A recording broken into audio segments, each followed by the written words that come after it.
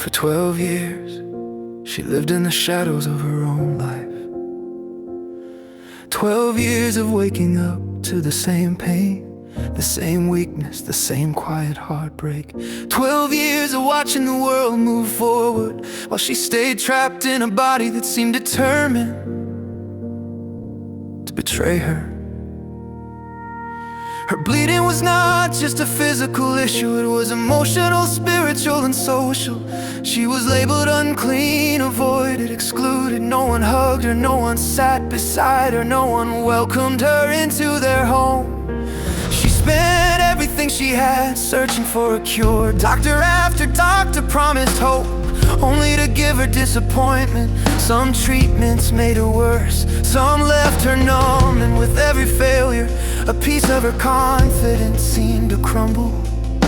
But one thing never died, her faith.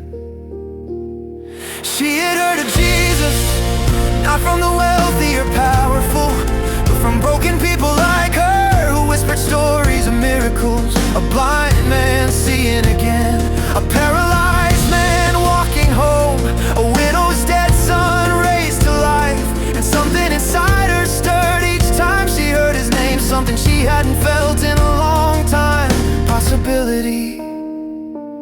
So when she learned he was passing through her town, something rose inside her like a tide. She wrapped her shawl tighter, steadied her trembling legs, and stepped out. The streets were overflowing, the crowd was thick, the noise was overwhelming. But desperation can push a person through places dignity can't.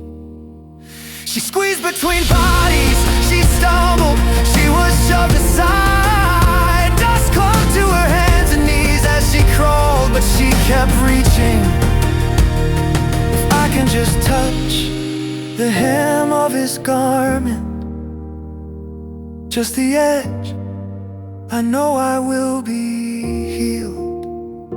It wasn't a loud prayer, it wasn't a fancy prayer, it was a desperate believing whisper, the kind heaven responds to.